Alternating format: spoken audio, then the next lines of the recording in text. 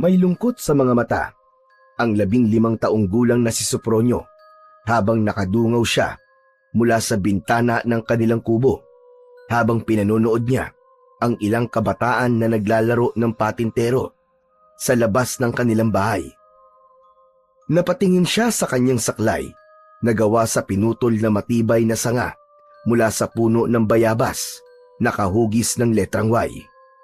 Naisip niya na kung hindi sana siya na polio nung bata pa siya, ay normal sana ang dalawa niyang binti. Ngunit dahil sa sakit na yon, ay naapektuhan ang kanan niyang binti at paa. Kaya hindi na siya nakakalakad ng maayos kung wala ang kanyang saklay. Sopronio, iho. Ikaw na muna ang bahala dito sa bahay. Magtutungo muna ako sa taniman natin. Magsaing ka na lang at meron naman ng lutong ulam dyan. Sige po, Lolo Melchor. Mag-iingat po kayo.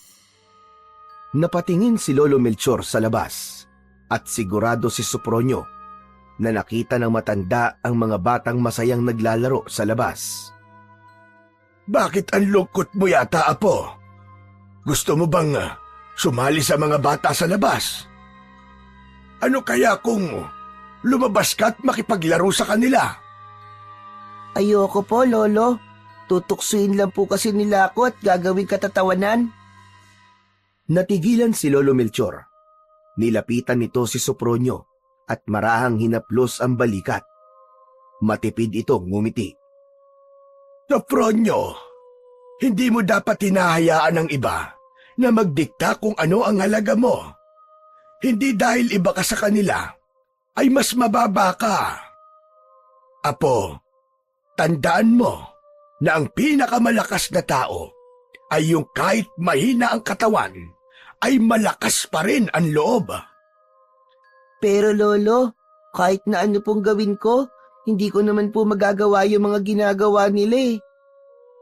Hindi man pareho kaya mong gawin sa kanila, may bagay na ikaw lang ang makakagawa. Darating ang araw na malalaman mo yon. Pero sa ngayon, ang mahalaga, huwag mong hayaang mawala ang ngiti diyan sa mga labi mo. Napatitig si Sopronio sa mga bata sa labas. Unti-unting gumaan ang kanyang loob sa mga sinabi ng kanyang lolo. Muli siyang tumingin kay Lolo Melchor. Pero sa pagkakataon na yon, ay nakangiti na siya. Salamat po, Lolo.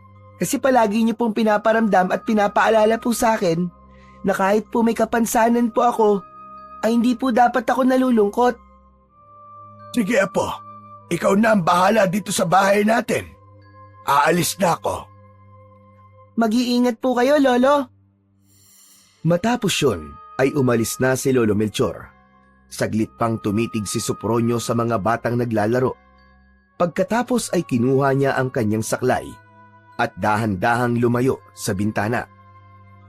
Mula pagkabata ay laging tahimik si Sopronio. Sa murang edad na 5 taon ay nagkasakit siya ng polio na nagdulot ng pagkapilay sa kanyang kanang binti. Dahil doon ay kailangan niyang gumamit ng saklay upang makalakad. Hindi na rin siya nakapaglaro tulad ng ibang mga bata sa baryo. Madalas siyang nakaupo lamang sa tabi ng bintana. Pinapanood ang mga batang masayang naglalaro. Sa halip na maawa kay Sopronio, ay marami sa mga bata ang tinutukso siya at tinatawag siyang pilay. Pinagtatawanan ng mga ito ang kanyang mabagal at paika-ika na paglalakad. Paulit-ulit yung tumatak sa murang isipan ni Sopronio, dahilan upang unti-unti siyang mahiya at umiwas sa ibang tao. Ngunit sa kabila ng lahat ng yon, naging matatag pa rin si Sopronio dahil sa pagmamahal at kalinga ng kanyang Lolo Melchor. Mula nang maulila si Sopronio sa murang edad, si Lolo Melchor na ang tumayong magulang niya.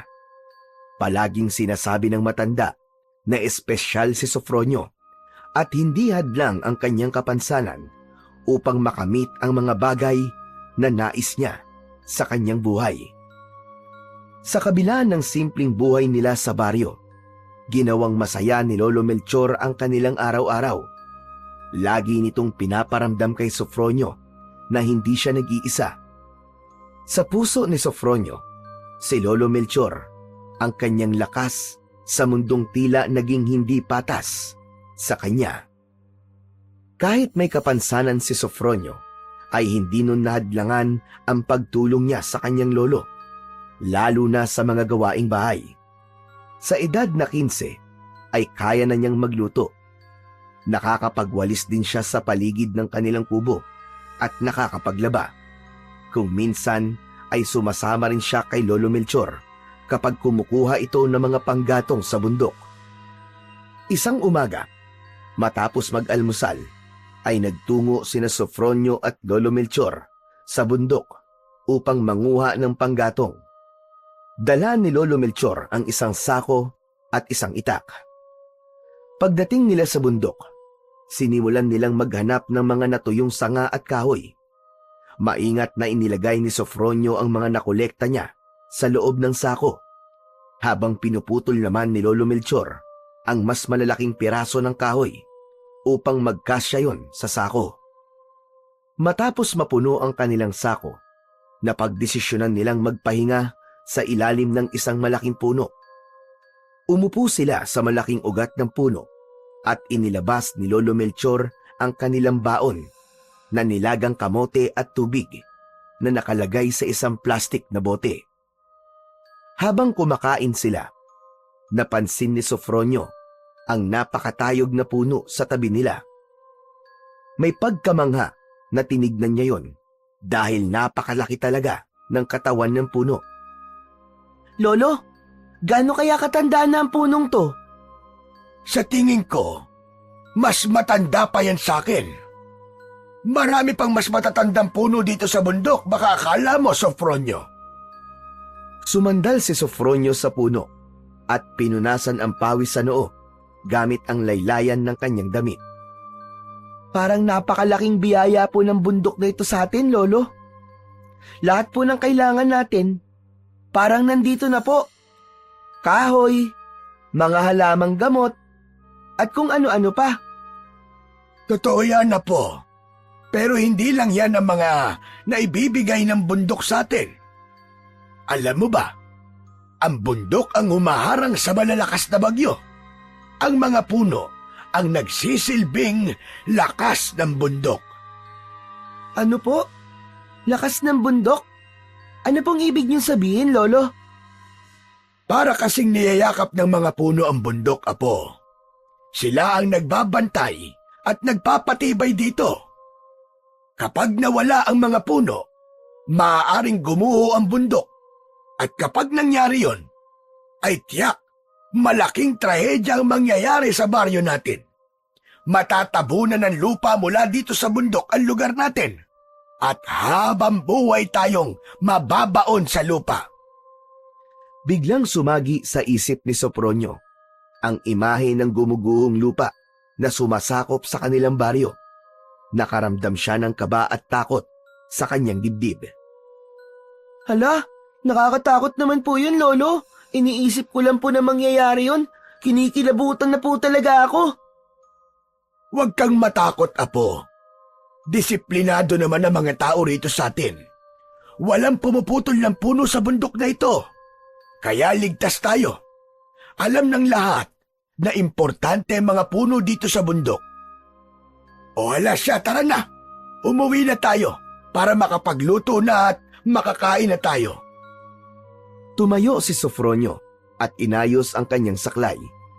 Habang binabaybay nila ang daan pauwi, ay naisip niya na napakalaking bagay talaga ng bundok at mga puno sa buhay nilang lahat. Hindi lang ito nagbibigay ng ilang pangangailangan nila, kundi nagbibigay din ito ng proteksyon sa kanila mula sa iba't ibang kalamidad. Isang umaga, habang mag-isa si Sofronio sa kanilang kubo, ay nakita niya mula sa bintana ang isang grupo ng mga lalaki na kasamang naglalakad ng mayor ng kanilang lugar. Nasa unahan ang mayor nila, habang kausap ang isang lalaking matangkad. Medyo malaki ang katawan at may makapal na balbas na bahagyang natatakpan ang bibig nito. Hindi alam ni Sofronio, ngunit nakaramdam siya ng kakaiba. Lalo na at tila seryoso ang usapan ng mayor at ng lalaking may balbas. Nakita niya na nagtungo ang mga yon sa daan, papunta sa bundok na mas lalo niyang ipinagtaka. Pagsapit ng hapon, ay dumating na si Lolo Melchor mula sa maghapon nitong trabaho sa bukid. Agad na napansin ni Sofronio na tila may mabigat na problema ang lolo niya nang umupo ito sa sahig ng kanilang kubo. Lolo? Teka lang po. Bakit parang ang lalim po ng iniisip nyo? May nangyari po ba, Lo? May masamang balita, Apo. Kanina, habang ako'y nasa bukid, narinig ko mula kay Nestor na pumayag daw ang mayor natin na magputol ng mga puno sa bundok ang isang grupo ng mga lager mula sa Maynila. Hindi ko maintindihan kung bakit hinayaan yun ng ating mayor na parang hindi niya alam kung ano magiging epekto kapag nawala ang mga puno sa bundok. Nagulat si Sofronio sa sinabi ng kanyang lolo at biglang naalala ang nakita niya kanina. Kaya pala, Lolo. Kaya pala, may mga lalaking pumunta dito kanina kasama ang mayor. Baka sila po yung mga magpuputol ng puno kasi nakita ko silang nagpunta po sa bundok eh. Malamang, Apo, sila ngayon. Nakakalungkot isipin na kahit alam ng mayor natin ang halaga ng bundok, ay pumayag pa rin siya. Pero Lolo, hindi ba delikado yun? Paano po kung magdulot yun ng sakuna? Baka po gumuho ang bundok kapag nawala po ang mga puno. Matatabunan po tayo, Lolo. Tama ka, Apo. Yan nga rin ang naiisip ko. Kaya nga hindi kami papayag. May mga tao na rin sa baryo natin na nagkaisa para harapin ang mayor at pigilan ang balak nila. Pero sana, makinig naman si mayor. Sana nga po, Lo. Ayokong mawala ang mga puno sa bundok kasi panigurado po na tayo mga narito sa baryo mapeperwisyo. Ayoko pong gumuho ang bundok, Lo. Matatabunan po talaga tayo, Lo, pag nagkataon. Huwag kang mag-alala, Apo. Dahil gagawin namin ang lahat para maprotektahan lamang ang bundok. Mahal ito ng mga tao rito. Kaya hindi nila basta-basta hahayaang sirain ito ng kung sino mang mga dayo. Naramdaman ni Sofronio ang determinasyon ng kanyang lolo at sa puso niya, umasa siya na mapipigilan ng kanyang lolo at ng iba pang tao sa lugar nila ang pagputol ng mga puno sa kanilang bundok. Nang sumunod na umaga, matapos mag-almusal, ay nakita ni Sofronio na nagbihis ng maayos si Lolo Melchor. Habang sinusuklay ng matanda ang manipis nitong buhok sa harap ng maliit na salamin na nakasabit sa dingding, ay hindi na napigilan ni Sofronio ang magtanong. Lolo, aalis po ba kayo? Oo, Apo. Pupunta kami ng ilang mga taga-baryo sa opisina ni Mayor. Kakausapin namin siya para makiusap na wag nang ituloy ang pagputol ng mga puno sa bundok.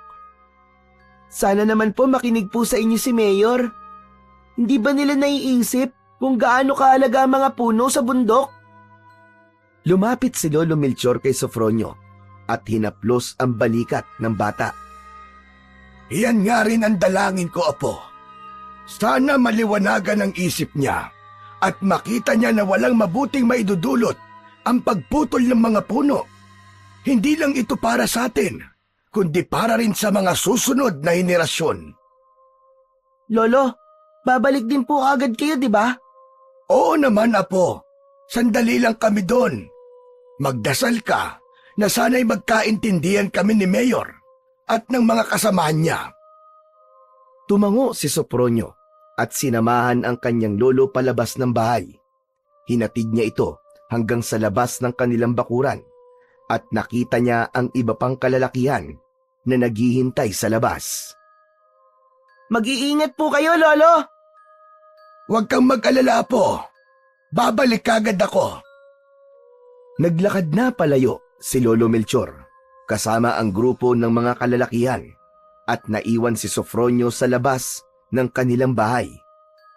Habang pinanonood niya ang papalayong anyo ng kanyang lolo, hindi niya mapigilang magdasal na sana'y maging maayos ang lahat at hindi na matuloy ang pagputol ng mga puno sa kanilang bundok. Pagsapit ng tanghali ay bumalik na si Lolo Melchor.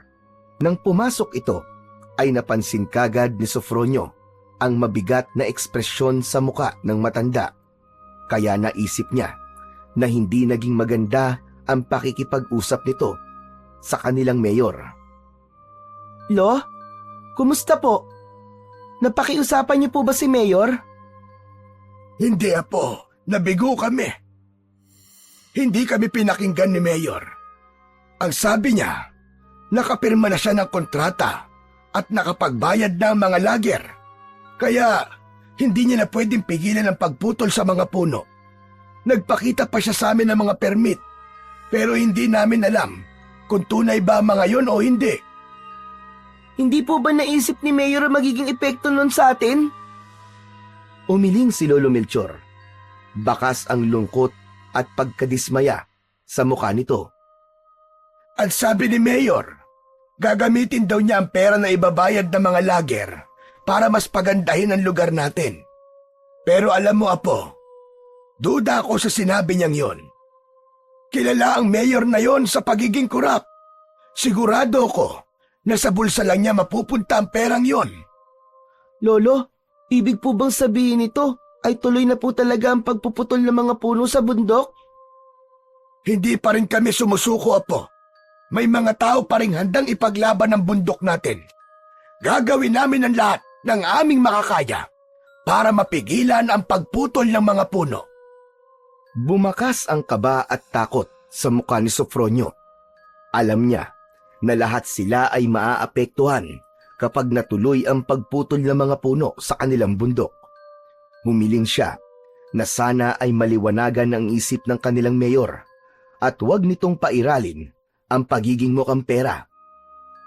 Makalipas ang ilang araw, nagulantang ang mga tao sa lugar ni Sofronio sa ingay ng parating na mga truck. Mula sa bintana ng kanilang kubo, nakita niyang nagkukumahog ang mga tao, kabilang na si Lolo Melchor, upang salubungin ang 4 na truck na magkakasunod. Nakita ni Sofronio ang malalaking makina at gamit sa pagputol ng mga puno na sakay ng mga truck. Nakasakay din doon ang mga lalaking tila walang bahid ng alinlangan sa kanilang gagawin.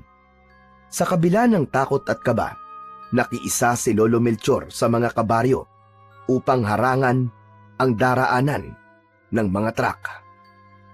Ngunit natigilan ang lahat nang bumaba ang ilang lalaki mula sa mga truck at naglabas ng mga baril. Takot na nagtakbuhan ang mga tao pabalik sa mga bahay ng mga ito. Doon na napagtanto ni Sofronio na wala nang magagawa ang kanilang baryo upang pigilan ang nakaabang pagkawasak ng kanilang bundok. Kinagabihan, tahimik na kumakain sina Sofronio at Lolo Melchor habang may gasera sa gitna ng kanilang mesa. Hindi pa rin nawala ang pag-aalala ni Sofronio dahil anumang araw ay magsisimula na magputol ng mga puno sa kanilang bundok. Lolo, tuloy na pala talaga ang pagputol ng mga puno sa bundok. Nakakalungkot po na hindi man lang inisip ng mayor natin ang pwedeng mangyari dahil sa maling desisyon niya. Huwag kang mag-alala, Apo. Hindi pa rin kami susuko. Patuloy pa rin kami sa pakikipag-usap kay Mayor. At napagkasunduan din namin na pumunta sa bundok bukas ng umaga. Kakausapin namin ang mga nagpuputol ng puno. Pero Lolo, delikado po ang gagawin niyo. Baka po may mangyaring masama lalo na't armado po ng baril yung mga lalaking yun. Wala kang dapat na ipag-alala, Sofronio. Panakot lang ng mga yun ang mga baril nila. Hindi nila kayang pumatay ng tao. Kailangan lang nila kaming takutin para hindi namin sila pigilan. Kahit na po, Lo. Huwag na po kayong tumaloy sa plano niyong yun. Hindi kami mapapahamak, Apo. Takot lang nila makulong at malaman ng mas nakatataas ang iligal na ginagawa nila. Sana lang talaga gabayan at protektahan kami ni Mahalina. Ano po? Mahalina? Sino po yung Mahalina, Lo? Si Mahalina, ang sinasabing diwata na nagbabantay sa bundok. Ayon sa kwento-kwento, ay nakatira siya sa bundok na yon at pinoprotektahan niya ito sa mga taong may masasamang balak sa bundok. Lolo, hindi po tayo dapat umasa sa mga diwata. Hindi po natin alam kung totoo sila eh. Lolo, hindi ko po kaya makita na mapahamak kayo. Alam ko po na importanteng mapigilan po ang pagputol ng mga puno sa bundok. Pero kung buhay niyo naman po magiging kapalit nun, hindi ko po yung kakayanin, Lo. Apo naman, huwag kang mag-isip ng mga ganyang bagay. Magdasal ka na lang na sana ay pumabor na sa atin ngayon ang pagkakataon. Kung ganun po, Lo, hindi ko na po talaga kayo mapipigilan. Hindi na, Apo. Basta, huwag mong isipin na may mangyayaring masama sa amin. Magdasal ka lang palagi, Apo. Sige po. Basta, Lo, mag-iingat po kayo, Isang matamis na ngiti ang pinakawalan ni Lolo Melchor. Ramdam pa rin ni Sofronio ang kaba at takot. Ngunit napilitan na lang siyang maniwala sa sinabi ng lolo niya na walang mangyayaring masama sa mga ito. Tanging ang pagdarasal na lamang ang nagbigay sa kanya ng lakas upang hindi mawalan ng pag-asa na magiging maayos din ang lahat. Kinabukasan, matapos mag-almusal, ay malungkot at kinakabahan na pinanood ni Sofronio ang paghahanda ni Lolo Melchor sa pagpunta sa bundok upang kausapin ang mga nagpuputol ng puno. Sofronio, aalis na ako at baka naghihintay na sa akin ang mga kasama ko. Yung sinabi ko sa iyo ipagdasal mo kami. Baka po pwedeng wag na po kayong tumuloy, Lo. Kinakabahan po kasi talaga ako para sa inyo eh. Apo, napag-usapan na natin to kagabi. Hindi pwedeng hindi ako tumuloy doon. Kailangan kong makiisa sa pinaglalaban ng mga tao rito sa ating lugar. Para naman sa ating lahat ito, Apo. Pero Lolo, natatakot po talaga ako para sa inyo eh. Natatakot din ako, Sopronio. Pero kung palagi tayo magpapatalo sa takot, ay walang mangyayari sa buhay natin. Kung hindi kami kikilos, tuloy na ang pagputol ng mga puno at sigurado magdudulot yun na mas malaking problema sa hinaharap. Habang matamang nakatingin si Sofronio kay Lolo Melchor, ay nakita niya na determinado talaga ito sa nais nitong gawin at wala na siyang magagawa para pigilan ito. Isang malalim na buntong hininga ang pinakawalan niya. Lumapit si Lolo Melchor sa kanya at mahigpit siya nitong niyakap. Pangako, Apo, babalik ako dito sa ating bahay ng ligtas. Hindi ako papayag na may mangyaring masama sa akin. Wala, sige na. Kailangan ko na talagang umalis. Ikaw na muna ang bahala dito sa bahay. Pagkatapos nun, ay umalis na si Lolo Melchor kasama ang ilang kalalakihan patungong bundok. Iniwan nito si Sofronio na nakatayo sa pintuan habang ang mukha niya ay puno ng pagkabahala. Hindi naalis ni Sofronio ang takot at kaba sa kanyang dibdib. Simula nang umalis si Lolo Melchor, ay hindi na napakali si Sofronio sa paghihintay ng pagbabalik ng lolo niya. Nakaupo siya sa tabi ng bintana kung saan nakadungaw siya at umaasa na makikita na niya si Lolo Melchor na ligtas. Hindi rin niya kinalimutan ang magdasal para sa kaligtasan ng kanyang lolo at ng mga kasama nito. Naisip niya rin na kung hindi lang sana siya pilay, ay kanina pa niya sinundan ang lolo niya sa bundok. Ngunit wala siyang magawa, kundi maghintay at umasa. Pagsapit ng hapon, biglang may narinig si Sofronio na kaguluhan mula sa labas ng kanilang bahay. Kinuha niya ang kanyang saklay at nagmamadaling lumabas ng kubo. Agad niyang nakita ang isang grupo ng kalalakihan na buhat ang isang dugo ang lalaki. Ang damit nito ay puno ng dugo at may malalim na sugat sa dibdib na halatang dulot ng tama ng baril. Ang kanyang puso ay tila tumigil sa pagtibok dahil sa takot habang pinagmamasdan ang kalunos-lunos na itsura ng lalaki. Hindi niya nakita si Lolo Melchor sa grupo na mas lalo siyang kinabahan. Sa gitna ng matinding takot at kaba, ay tila nakakita siya ng liwanag nang makita niya si Lolo Melchor na papalapit. Nagmamadali niya itong sinalubong kahit hirap siyang maglakad. Nang malapitan niya ito, ay niyakap niya ito ng maigpit na parang ayaw niya nang pakawalan. Lolo, akala ko po kung ano na po nangyari sa inyo. Sobrang kaba ko po talaga kanina. Natakot po ako, lo. Huwag kang mag-alala, Apo. Nandito na ako. Pero sa loob na tayo ng kubo mag-usap. Madali ka. Kumalas siya sa pagkakayakap at nagsimula na silang maglakad pabalik sa kanilang kubo. Panay ang sulyap ni Sofronio sa dugo ang lalaki na pinagtutulungang buhatin ng mga kalalakihan na sa tingin niya, patay na ang lalaking yon. Pagdating nila sa loob ng kubo, ay naupo sila sa sahig na kawayan. Ano po nangyari, Lolo? Bakit po may dugo ang lalaki? Maayos naman sana ang lahat nung una. Kinausap namin ang mga nagpuputol ng puno, lalo na si Hector na leader nila. Pero hindi nagtagal ay nagkainitan. Hindi sila handang makinig. Bigla na lamang naglabas ng baril si Hector. Nagpaputok siya ng maraming beses. Ano po? Bakit niya po ginawa yun? Wala naman po kayong ginawang masama, di ba? Tama ka, Apo, wala nga. Pero pilit niya kaming pinapalayas hanggang sa tinamaan si Joel ng bala. Hindi nila kami pinayagan na dalhin siya kagad sa ospital. Pinagbantaan pa kami ni Hector. Ang sabi niya, kapag nagsumbong daw kami sa mga pulis, pati pamilya namin ay idadamay nila.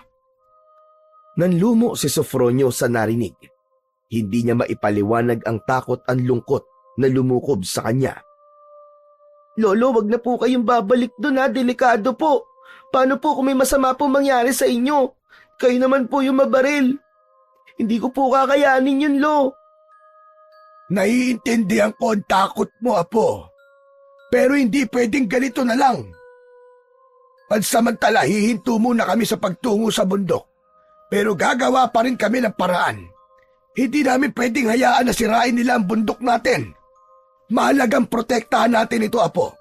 Kahit na mahirap at mapanganib. O maging buhay pa namin ang kapalit. Hindi sumagot si Sofronio. Nakaramdam siya ng konting ginhawa na pansamantala munang hihinto ang lolo niya. Pero nanatili pa rin ang kaba sa kanyang puso. Sa isip niya, ang laban na yon ay hindi lamang laban para sa kalikasan, kundi laban din para sa kanilang buhay. Sa mga sumunod na araw, ay nasaksihan nila Sofronio ang unti-unting pagbabago sa bundok na dati ay luntian dahil sa dami ng mga puno roon. Ang ilang bahagi ng bundok ay naging kalbo na at tuwing umaga hanggang hapon ay nadidinig nila ang tunog ng chainsaw. Ang mga puno na dati ay nagsisilbing kanlungan ng mga ibon at hayop ay pinutol, isa-isa. Ang mga kalalakihan na dating matapang na sumasama kay Lolo Melchor upang ipaglaban ang mga puno sa bundok ay natakot ng tumutol sa grupo ni Hector dahil sa pagkamatay ni Joel. Nung una ay kinukumbinsi pa rin ni Lolo Melchor ang mga tao na dapat pa rin nilang pigilan si Hector, ngunit dahil sa takot na ang lahat, ay wala nang nakinig sa lolo ni Sofronio. Hanggang sa si Lolo Melchor na mismo ang sumuko at tila hinayaan na lamang nito sina Hector sa pag-ubos ng mga puno sa kanilang bundok. Isang tanghali, mag-isa si Sofronio sa kanilang bahay habang nasa bukid naman si Lolo Melchor. Nagpasya siyang magluto na ng tanghalian, ngunit natuklasan niyang wala na silang panggatong. Agad niyang kinuha ang saklay niya, isang sako at ang lumang itak bago naglakad papunta sa bundok upang mangalap ng kahoy. Pagdating sa bundok, ay agad siyang namulot ng mga tuyong sanga na nasa lupa. Hanggang sa hindi niya napansin na unti-unti siyang napapalapit sa lugar kung nasaan nagaganap ang pagputol ng mga puno. Natigilan na lamang siya nang makarinig siya ng malalakas na tawanan ng mga lalaki. Dahan-dahan siyang lumapit upang alamin ang pinagmumulan ng ingay. Sa hindi kalayuan, nasilayan niya ang grupo ng mga nagpuputol ng mga puno. Nakita niya ang lalaking kausap noon ni Mayor na may hawak na piraso ng tinapay. Isang matandang babae na may payat na pangangatawan ang pilit na inaabot ang tinapay mula sa lalaki. Sigurado si Sofronio na ang lalaking yun ay walang iba kundi si Hector. Habang nangyayari yon, ay malakas na tumatawa ang ibang lalaking naroon. Nakaramdam si Sofronio ng matinding awa para sa matandang babae. Hindi niya matiis ang ginagawa ng mga lalaki rito, kaya lakas loob siyang lumapit sa mga lalaki. Napatingin ang lahat sa kanya. Huminto ang tawanan ng mga lalaki nang makita siya. Agad niyang kinausap ang matandang babae. Lola, ano pong ginagawa niyo rito? Nagugutom kasi ako, Utoy. Wala na akong makain dito sa bundok. Napilitan akong humingi ng tulong sa kanila. Ay sabi nila, ibibigay nila ang tinapay kung kaya ko yung maabot. Nanlumo si Sofronio sa kanyang narinig, ngunit pilit niyang kinontrol ang kanyang galit sa mga lalaking naroon. Lola, may pagkain po kami sa bahay. Sumama po kayo sa akin at doon na lang po kayo kumain. Napuno ng pasasalamat ang muka ng matanda, ngunit bago pa sila makalayo, tumawa ang lalaking may hawak ng tinapay. Lumapit ito kay Sofronio at biglang hinablot ang saklay niya, dahilan upang matumba siya sa lupa. Ang tapang mo ah! Bakit ka ba nakikialam ha, Pilay? Kung hindi nyo kayang tumulong na maayos, huwag nyo na lang gawing katatawanan ng nangangailangan. Tao rin na matandang yan kagaya nyo. Napapangisi si Hector habang sinasagot ang bata. Hindi ka lang pala, Pilay. Pakiilamero ka pa. Hindi mo ba ako kilala? Ako si Hector. At walang sino man ang pwede magdikta ng dapat kong gawin. Sige na, umuwi ka na, Pilay. At isama mo na matandang patay gutom na yan bago pa mag-init ng gusto ang ulo ko. Malakas na ibinato ni Hector ang saklay sa paanan ni Sofronio. Pinulot ni Sofronio ang kanyang saklay at mabilis siyang tumayo. Hindi na lang niya pinansin si Hector. Lumingon siya sa matandang babae at ngumiti. Tara na po, Lola. Umalis na po tayo rito. Tahimik na naglakad si Sofronio, habang ang matandang babae naman ay nakasunod lamang sa kanya. Habang naglalakad pababa ng bundok, dama ni Sofronio ang takot dahil ang akala niya ay sasaktan talaga siya ni Hector. Bumalik sa alaala niya ang lalaking binaril nito at nagpasalamat siya sa Diyos na hindi nito yun ginawa sa kanya. Pagkarating ni Sofronio at ng matandang babae sa kubo, ay pinapasok ni Sofronio ang matanda sa loob. Pinaupo niya ito sa hapagkainan nila at nagpaalam siya rito na magluluto muna siya ng nilagang kamote. Lumabas na siya at kinuha niya ang panggatong na nasa sako at nagtungo siya sa likod ng bahay kung saan naroon ang lutuan. Hinugasan muna niya ang mga kamote at inilagay yon sa kalderong may tubig.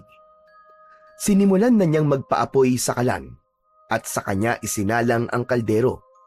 Bumalik na kagad si Sofronio sa loob ng kubo upang kumustahin ang matandang babae.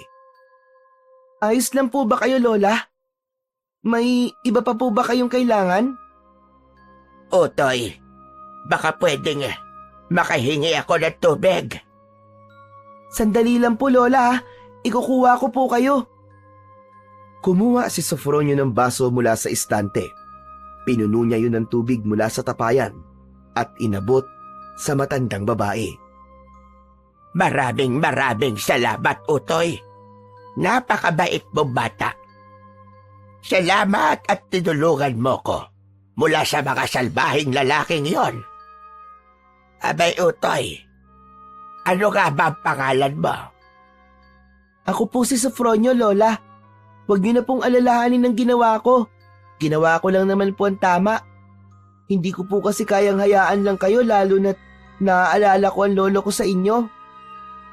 Napangiti ang matandang babae habang bakas sa mukha nito ang pasasalamat. Mabuti ka bata, Sofronio. Sana ay marami pang katulad mo. Pero bakit mo naisip na tulungan ako? Alam ko po kasi, Lola, na hindi po tama na gawing katatawanan ng kapwa, lalo na ang mga nangangailangan. Matanda na po kayo. Tsaka, hindi rin po kayo dapat tumingi ng pagkain sa mga lalaking yun, Lola. Wala po silang puso. Hindi ko alam yun eh. Isa pa, wala na akong magawa. Desperado na ako. Abay, gutom na ako. Kumukulo na ang aking tiyan. Lola, kung nagugutom po kayo, huwag po kayong mahihiyang pumunta dito sa bahay namin ha. Bibigyan ko po kayo ng pagkain kahit anong meron kami. Sofronio, kung bibigyan ka ng pagkakataon na magkaroon ng isang kahilingan, ano ang hihilingin mo? Natigilan si Sofronio sa tanong na yon ng matandang babae. Isang bagay lamang ang pumasok sa isip niya ng sandaling yon. Sana po, mahinto na po ang pagputol ng mga puno sa bundok. Natatakot po kasi ako na baka kapag naubos po ang mga puno roon, gumanti po ang bundok sa atin.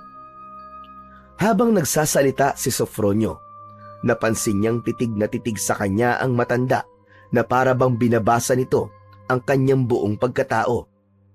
Bahagyang nakaramdam ng kilabot si Sofronio sa paraan ng pagtitig nito sa kanya. Lola, bakit may nasabi po ba akong mali? Wala naman. Humahanga lang ako sa'yo. Napakabata mo pa, pero hindi ka makasarili. Ang kailangan mo ay hindi para sa sarili mo, kundi para sa kapakanan ng lahat. Itinuro po sa akin yun ng lolo ko. Ang sabi po niya, wag daw po ako maging makasarili at kung may kakayahan akong tumulong, ay tumulong ako. Tama ang lolo mo. At sa wakas, nahanap ko na ang matagal ko nang hinahanap. Nagulat si Sofronio sa sinabi ng matandang babae. Ano po? Matagal na hinahanap? Ano pong ibig niyong sabihin, Lola? Ngunit hindi sinagot ng matandang babae ang tanong na yon ni Sofronio. Sa halip, ngumiti lamang ito. Baka luto na ang niluluto mo. Aba, gutom na talaga ako. 1 linggo na akong hindi kumakain. Ay, sandali lang po at titignan ko po sa likod. Lumabas si Sofronio ng bahay. Nagmamadali siyang nagtungo sa likod at nang buksan niya ang kaldero ay nakita niyang luto na ang mga kamote. Kumuha siya ng basahan at maingat niyang kinuha ang kaldero mula sa matibay na kawad na nagsisilbi nitong hawakan. Matapos yun, ay naglakad na siya pabalik sa loob ng kubo. Pagpasok niya, ay nagtaka siya dahil wala na roon ang matandang babae.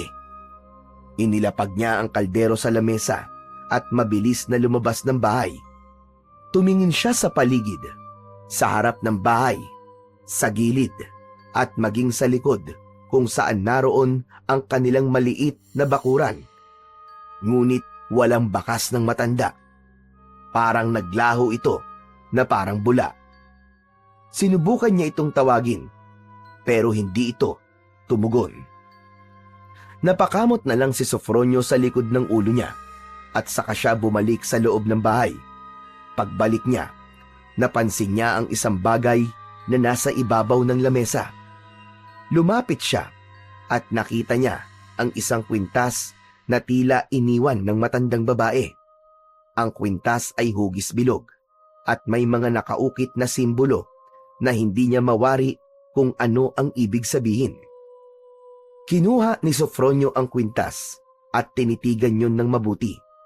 Hindi niya maiwasang humanga sa pagkakagawa ng kwintas dahil tila antigong-antigo yun. Ngunit may kakaibang aura na hindi niya maipaliwanag. Hala, siguro kay Lola ito. Ibabalik ko na lang sa kanya kapag nagkita kami ulit. Isinuot niya ang kwintas upang hindi yun mawala. Habang nakasabit ito sa kanyang leeg, hindi niya maiwasang magtaka kung bakit biglang umalis ang matandang babae kahit hindi pa ito nakakakain. Napaupo siya sa bangko at saglit na tumitig sa kalderong puno ng nilagang kamote. Pakiramdam niya, may kakaibang nangyari na hindi niya maipaliwanag. Ngunit wala na siyang magagawa, kundi hintayin kung kailan ulit magpapakita ang matanda para maibalik niya rito ang kwintas nito. Pagsapit ng hapon ay tumambay na si Sofronio sa mahabang upuan sa harapan ng kanilang kubo upang hintayin ang pagdating ng lolo niya. Hindi nagtagal ay dumating na nga si Lolo Melchor na may dalang isang plastik. Napangiti si Sofronio at sinalubong niya ang kanyang lolo. Lolo! Lolo, kumusta po? Eto, pagod. Pero ayos lang at makakapagpahinga na rin ako sa wakas. Oo nga pala. May pasalubong ako sa'yo. Eto, bayabas. Inabot ni Lolo Melchor ang isang plastik na puno ng bayabas. Agad naman yung kinuha ni Sofronio. Nako, salamat po Lolo ah. Paborito ko po ito. Mamaya mo na kainin ang mga yan pagkatapos ng hapunan at baka sumakit ang tiyan mo. Habang naglalakad papasok ng bahay, napansin ni Lolo Melchor ang kwintas na suot ni Sofronio. Bahagya itong tumigil at hinawakan ang palawit ng kwintas niya. Apo, saan galing itong kwintas mo? Ngayon ko lang nakita na suot mo yan. Ah, ito po ba? Naiwan po kasi ito ng matandang babae na tinulungan ko kanina. Nagugutom po kasi siya eh. Bibigyan ko po sana ng kamote. Sinong matandang babae? Ikinuwento ni Sofronio ang lahat sa lolo niya, mula sa nakita niyang ginagawa ng mga lalaki sa bundok sa matandang babae, hanggang sa pagdala niya sa matanda sa bahay nila para pakainin ito at kung paano ito bigla nawala. Naiwan niya po tong kwintas sa lamesa, Lolo. Kaya isinuot ko po muna para hindi po mawala. Akala ko po kasi babalik siya para kunin eh. Sofronio, hindi ka dapat nagsusuot ng galing sa kung sino-sino lang, lalo na kung hindi mo kilala. Hindi natin alam kung anong dala ng bagay na yan. Mukhang mabait naman po yung matandang babae, Lolo eh. Gutom na gutom nga po siya kanina, kaya tinulungan ko. Kaya lang po, bigla na lang po siyang umalis, bago po siya makakain. Napailing si Lolo Melchor, pero hindi na nito kinontra pa si Sofronio.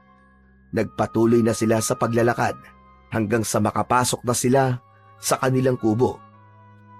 Nang sumunod na umaga, kakaiba ang pakiramdam ni Sofronio nang magising siya. Wala na sa tabi niya ang lolo niya at alam niya na nasa labas ito at bumibili ng pandesal. Tumayo siya at nag-inat. Naglakad siya patungo sa maliit nilang kusina. Tinignan niya kung meron pa silang itlog dahil naisip niyang magprito noon para meron silang palaman sa pandesal. Nagulat si Sofronio nang marinig niya ang malakas na sigaw ni Lolo Melchor. Napalingon si Sofronio sa lolo niya na nasa bungad ng pintuan habang may hawak na isang supot ng pandesal. Nanlalaki ang mga mata ni Lolo Melchor at nakahawak sa dibdib. Sa itsura nito ay tila nakakita ito ng multo. Lolo, ayos lang po ba kayo? Hindi nakapagsalita ang lolo niya, kaya naglakad siya palapit dito. Hindi pa rin niya napagtanto kung ano ang ikinagulat nito. Sofronio! Aba, mabaging Diyos! Nakakalakad ka ng walang saklay! Napahinto si Sofronio sa gitna ng kanyang paghakbang. Nanginginig niyang tinignan ang kanyang mga binti at paa. Laking gulat niya nang nakita niya na hindi na payat at tuyot ang kanyang kanang binti at paa. Normal na yon, gaya ng kaniwa niyang binti. Nanatiling nakatayo si Sofronio. Hindi siya makapaniwala sa kanyang nakita. Unti-unti siyang napaluha at sinubukan niya muling ihakbang ang kanang paa niya. Tuluyan na siyang napaiyak nang mapagtanto niya na nakakalakad na siya nang walang saklay. Nagmamadaling lumapit si Lolo Melchor sa kanya at mahigpit siya nitong niyakap. Naramdaman niya ang luha ng lolo niya sa balikat niya. Halos mapahagulgul na ito sa labis na tuwa. Lolo, paano po nangyari to? Bigla po nakakalakad na ako na maayos. Isa itong himala, Apo! Isa itong himala! Lolo, kung panaginip man ito sana hindi na po ako magising. Hindi ito isang panaginip, Apo. Sopronio, totoo itong nangyayari. Nakakalakad ka na. Pinagpala ka ng Diyos. Maraming salamat po, Ama! Habang magkayakap ang dalawa, ay naramdaman ni Sofronio ang kakaibang init na dumaloy mula sa kwintas patungo sa buo niyang katawan. Para bang may ibinibigay na enerhiya at lakas ang kwintas sa kanya. Napahawak siya sa kwintas habang kumakabog ang dibdib niya. Kumalas siya mula sa yakap ni Lolo Melchor at tinignan ang lolo niya ng may halong pagtataka at kaba. Lolo, hindi po kaya dahil sa kwintas po na suot ko kaya nakakalakad na ako ng maayos? Simula po kasi nang isuot ko ito, ay biglaan na lang po ako nakalakad.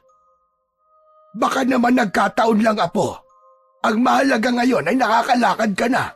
Huwag na natin isipin kung bakit o paano. Pero Lolo, parang may kakaiba po talaga sa kwintas na ito eh. Sofronio, minsan ang mga bagay na hindi natin may paliwanag ay dapat hayaan na lang nating manatiling misteryo. Basta, nakakalakad ka na ng maayos. Yun na lang ang isipin mo. Napakasaya ko para sa iyo, Apo! Pinagmasdan ni Sofronio ang kwintas na hawak niya. Tila may kung anong misteryo ang bumabalot doon. Ngunit tulad ng sinabi ng lolo niya, marahil ay nagkataon lamang ang lahat. Naisip niya na ano nga ba ang magagawa ng isang kwintas para makalakad siya ng maayos. Mabilis na kumalat sa lugar ni na Sofronio ang hindi maipaliwanag na paggaling ng kanyang kanang paa. Ilang araw din na naging usap-usapan ang tila isang himala na nangyari yon kay Sofronio. Bagamat hindi rin alam ni na Sofronio at Lolo Melchor ang eksaktong dahilan kung bakit nakakalakad na siya ng ayos, ay ipinagpasalamat na lamang nila yon sa Diyos. Ngunit ang kwento tungkol kay Sofronio ay mabilis na nakalimutan ng mga tao nang kumalat naman sa lugar nila ang balita na may nakitang mga aswang ang isang babae sa bakuran nito. Ayon sa babaeng nakakita, ay nagising ito sa ingay ng mga alaga nitong baboy. Nang sumilip ito sa bintana, ay may nakita itong dalawang nilalang na galing sa kulungan ng baboy, at nang maglakad ang mga yon palayo, ay doon nito napagtanto na mga aswang ang dalawang nilalang. Kinabukasan ng umaga, nakita nito na patay na ang mga alaga nitong baboy. Wakwak ang tiyan ng mga yon at nagkalat ang mga lamang loob sa kulungan. Dahil sa kwentong yon, ay napuno ng takot ang mga tao, maging sina Sofronio at Lolo Melchor. Isang gabi, habang kumakain ng hapunan, ay hindi naiwasang magtanong ni Sofronio sa lolo niya tungkol sa bagay na yon. Lolo, sa tingin niyo po ba totoo yung kumakalat na kwento tungkol sa mga aswang dito sa atin? Naniniwala ako na totoo ang mga aswang, Apo. Pero hindi ako masyadong kumbinsido sa kwento na kumakalat dito ngayon. Maaaring tao ang pumatay sa mga baboy, kaya mas nakakatakot kung ganun. Yun nga rin po ang naiisip ko, Lolo eh. Hindi po kaya sina Hector ang may kagagawan nun? At bakit mo naman nasabi yon, Apo? Baka po gusto niyang matakot tayong lahat dito para umalis na po tayo sa lugar na ito. Sa sama po ng ugali nun, hindi na po nakapagtataka kung magagawa niya po yun. Huwag muna tayo magsalita ng kung ano-ano hanggat wala tayong ebidensya. Sigurado ko, nalalabas din naman ang katotohanan pagdating ng tamang panahon. Hindi na nagsalita si Sofronio at ipinagpatuloy niya ang kanyang pagkain. Ang kasiyahan niya dahil nakakalakad na siya ng maayos ay mabilis na natabunan ng takot dahil sa posibilidad na merong aswang na gumagala sa kanilang lugar. Ganun pa man, inisip na lang niya na wala siyang dapat na ikabahala, lalo na't hindi naman sila lumalabas ng lolo niya kapag madilim na. Simula noon ay naging sunod-sunod na ang mga alagang hayop na natatagpuan na patay tuwing umaga. Mula sa baboy, manok, kambing, hanggang sa kalabaw at baka. Bagamat may takot, kahit paano ay nagpapasalamat pa rin si Sofronio na mga hayop lang ang binibiktima ng mga aswang. Hanggang sa isang araw ay mas lalong lumala ang sitwasyon. Wala nang gustong maglakad sa gabi. Ang lahat ng pinto at bintana ng mga bahay ay sinisiguro ng lahat na nakasarado bago lumubog ang araw. Subalit isang umaga, nagising ang buong baryo sa nakakakilabot na balita. Isang residente na si Mang Roque ang natagpuang patay sa talahiban. Karumal-dumal ang itsura nito, punit-punit ang damit at halos hindi na makilala ang katawan dahil sa dami ng sugat at kagat. Ang paligid ng katawan nito ay puno ng sariwang dugo. Pagkarinig ng balita, nagmamadaling pumunta sina Sofronio at Lolo Melchor sa lugar kung saan natagpuan si Mang Roque. Lolo, anong klaseng hayop po ang pumatay kay Mang Roque? Nakakaawa naman po siya. Apo, wala ng duda. Hindi na ito gawa ng tao o hayop. Aswang. Aswang ang gumawa niyan kay Roque. Napatingin si Sofronio sa mga tao sa kanyang paligid. Halata ang takot sa kanilang mga mata. Lolo, paano kung tayo naman ang sunod na maging biktima? Natatakot po ako, Lolo. Huwag kang mag-alala, Apo. Gagawa tayo ng paraan para protektahan ang sarili natin. Pero kailangan nating maging mas maingat simula ngayon. Mula noon, lalong lumalim ang takot sa puso ni Sofronio. Hindi niya maintindihan kung bakit biglang dumating ang ganung lagim sa kanilang lugar. Ngunit sa kabila ng takot, alam niyang kailangan nilang kumilos bago pa mas maraming buhay ang masayang at mawala. Isang gabi, habang mahimbing na natutulog si Sofronio, ay dinalaw siya ng isang panaginip. Sa kanyang panaginip, bigla siyang bumangon sa pagkakahiga at naglakad siya palabas ng kanilang bahay. Pakiramdam niya ay para siyang tinatawag ng isang boses na nanggagaling sa bundok. Hindi niya alam kung bakit, pero patuloy siyang naglakad hanggang sa makarating siya sa madilim at masukal na parte ng bundok. Nagising si Sofronio nang may maramdaman siyang malamig na hangin na humahampas sa kanyang muka. Sa pagmulat ng mga mata niya, ay nagtaka siya nang malaman na wala siya sa higaan, kundi nandoon talaga siya sa bundok. Anong nangyari? Teka, bakit nandito ako? Napahawak siya sa kanyang ulo habang pilit na inaalala kung paano siya napunta roon. Nagkaroon siya ng hinala na baka naglakad siya habang tulog siya. Aalis na sana siya nang bigla siyang may narinig na kaluskos mula sa likod ng isang malaking puno. Napahinto si Sofronio at kinabahan siya. Mula sa likod ng puno ay biglang lumitaw ang matandang babae na tinulungan niya noon. Nakangiti ito habang dahan-dahang lumalapit sa kanya. Lola? Ano pong ginagawa niyo rito? Dahil dito ako nakatira sa bundok. Napatingin si Sofronio sa kwintas na suot niya. Hinawakan niya yon ng mahigpit. Lola, Sa inyo po ba itong kwintas na ito? Oo, tama ka. Akin nga yan, iho. Iniwanan ko yan sa bahay nyo nung huli tayong nagkita. Kung ganun po, ibinabalik ko na po ito sa inyo, Lola. Hinubad ni Sofronio ang kwintas mula sa kanyang leeg at iniabot yon sa matandang babae.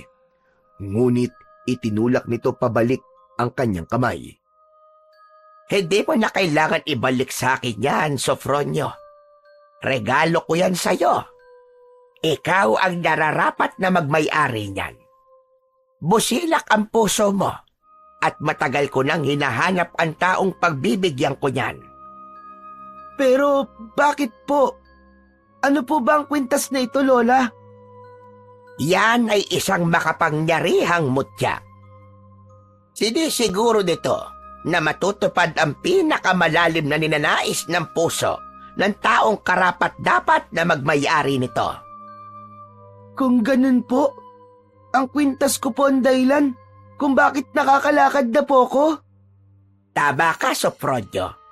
Tinupad niyan ang hiling ng iyong puso. Magsasalita pa sana si Sofronio nang biglang nagliwanag ang matandang babae na nasa harapan niya. Napapikit siya sa sobrang tindi ng liwanag at nang muli niyang idilat ang kanyang mga mata, ang matandang babae ay nagbago ng anyo. Isang napakagandang diwata ang nakatayo sa kanyang harapan. Meron itong mahabang buhok na kumikislap na parang bituin at ang suot nito ay naging makulay. Ang matandang babae ay naging isang napakagandang diwata sa isang kisap mata. Saglit na natulala si Sofronio at nang bumalik ang kanyang kamalayan, ay mabilis siyang tumalikod at magtatangka sanang tumakbo palayo. Ngunit sa kanyang pagharap, naroon na naman ang diwata sa kanyang harapan. Napaluhod siya sa labis na takot. Wag! Wag niyo po akong sasaktan! Parang awa niyo na po! Wala kang dapat ikatakot, Sofronio. Dahil hindi kita sasaktan. Sino ka ba? Anong kailangan mo? Ako si Mahalina, ang diwatang nagbabantay sa bundok na ito. Napakunot ng noo si Sofronio. Ano? Ikaw po si Mahalina? Kung ganon, totoo pala ang kwento ni Lolo tungkol sa diwata na nagbabantay sa bundok na ito. Tama ang sinabi ng iyong Lolo. Ako ang nagbabantay dito. At nang makita kita, Sofronio, nakita ko ang kabutihan ng iyong puso. Kaya ibinigay ko sa iyo ang mutya na suot mo ngayon. Napatingin si Sofronio sa kwintas at hinawakan niya yon. Bakit niyo po ibinibigay sa akin to? Ano ba talaga ang mutya na ito? Makinig kang mabuti sa sasabihin ko. Ang kwintas na yan ay magbibigay sa iyo ng kakayahang makontrol ang 4 na elemento. Apoy, tubig, hangin, at lupa. Ito ay kapangyarihang magagamit mo upang labanan ng mga aswang at pigilan ng mga taong umaabuso dito sa bundok.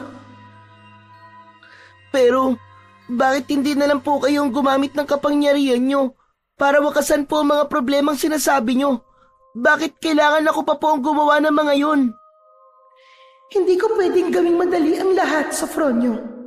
Ang kapangyarihan ay dapat gamitin ng may tapang at karunungan. Nais kong ikaw mismo ang maging tagapagtanggol ng bundok at ng inyong bayan. Sa ganitong paraan, mas lalakas ka at magiging mas matatag. Napaisip si Sofronio, ngunit bago pa siya makapagtanong muli, biglang nawala si Mahalina na para itong isang bula sa hangin. Naiwan siyang mag-isa sa gitna ng bundok. Hawak ang kwintas na tila lalong umiinit sa kanyang palad. Mahalina! Mahalina, nasan ka? Mahalina! Ngunit ang tanging sagot na nakuha niya ay ang malamig na ihip ng hangin na humahampas sa kanyang muka. Sa gitna ng katahimikan, biglang nakarinig si Sofronio ng mga sigawan mula sa hindi kalayuan. Natigilan siya at tumibok ng mabilis ang kanyang puso. Sa kabila ng takot na lumukob sa kanya, ay nagpasya siyang sundan ang direksyon ng sigawan na yon. Nakarating si Sofronio sa lugar kung saan maraming mga nakatumbang puno at nakita niya ang isang nakakakilabot na tagpo. Isang grupo ng mga kalalakihang may hawak na chainsaw ang sinusugod ang mga aswang. Ang ilan sa kanila ay duguan na, habang ang iba'y nagtatangkang tumakbo palayo. Ang mga aswang ay may mahahabang kuko, matutulis na pangil at nakakakilabot na anyo na parang kalahating tao at kalahating hayop. Mabilis na nagtago si Sofronio sa likod ng isang malaking puno habang pinag-iisipan niya kung ano ang kanyang gagawin. Gusto niyang tumakas, ngunit nang mahawakan niya ang kwintas sa kanyang leeg, naalala niya ang sinabi ni Mahalina na ang mutya na yon ay merong kapangyarihan at kakayahan na tumulong sa iba. Tumingin siya sa paligid at napansin ang isang bonfire na nilikha ng mga mangangahoy malapit sa kanilang kampo. May malalaking tipak ng kahoy at galon ng gasolina malapit doon. Nakita rin niya ang isang aswang na unti-unting lumalapit sa isa sa mga lalaki na duguan at halos hindi na makatayo. Hindi na nagdalawang isip pa si Sofronio. Lumabas siya mula sa kanyang pinagtataguan at tumakbo patungo sa bonfire. Iniunat niya ang kanyang mga kamay. Sa kanyang isip, paulit-ulit niyang ibinulong na kaya niyang kontrolin ang apoy na yon sa pamamagitan ng kanyang mutya. Nagulat si Sofronio nang makita niya ang apoy mula sa bonfire na biglang sumunod sa kung ano ang nais ng kanyang isip. Ang maliliit na liyab ay biglang lumaki at ang apoy ay nagbistulang buhay. Kumawala yun mula sa bonfire at bumalot sa katawan ng pinakamalapit na aswang. Umalingaw-ngaw ang nakakakilabot na hiyaw ng nilalang habang ito ay nasusunog. Napaatras ang ibang mga aswang na tila natatakot sa biglaang pagsiklab ng apoy. Isang aswang ang sumugod kay Sofronio mula sa kaliwa.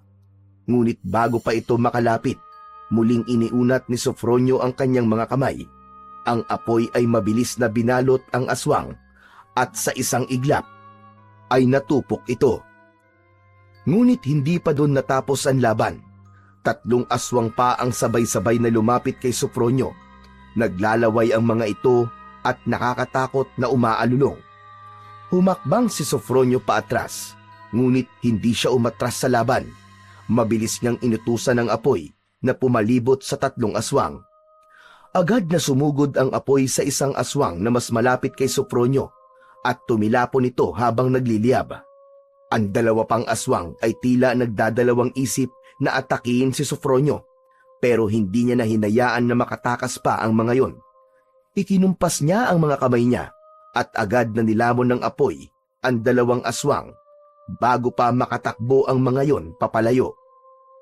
Napaatras ang mga natitirang mga aswang habang bakas ang takot dahil sa kakaibang kakayahan na ipinakita ni Sofronio. Nang mawala na ang mga aswang, ay naramdaman ni Sofronio ang labis na pagod.